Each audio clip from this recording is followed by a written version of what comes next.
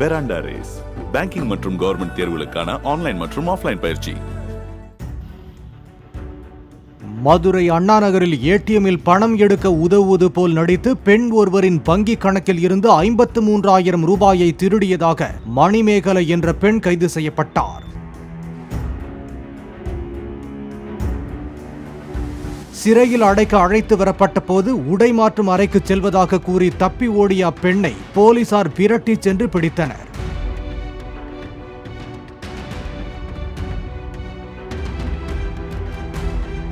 மணிமேகலை மீது மதுரை, தேனி உள்ளிட்ட காவல் நிலையங்களில் 17 வழக்குகள் உள்ளதாக போலீசார் தெரிவித்தனர். பெராண்டா ரேஸ் பேங்கிங் மற்றும் கவர்மெண்ட் தேர்வுகளுக்கான ஆன்லைன் மற்றும் ஆஃப்லைன் பயிற்சி.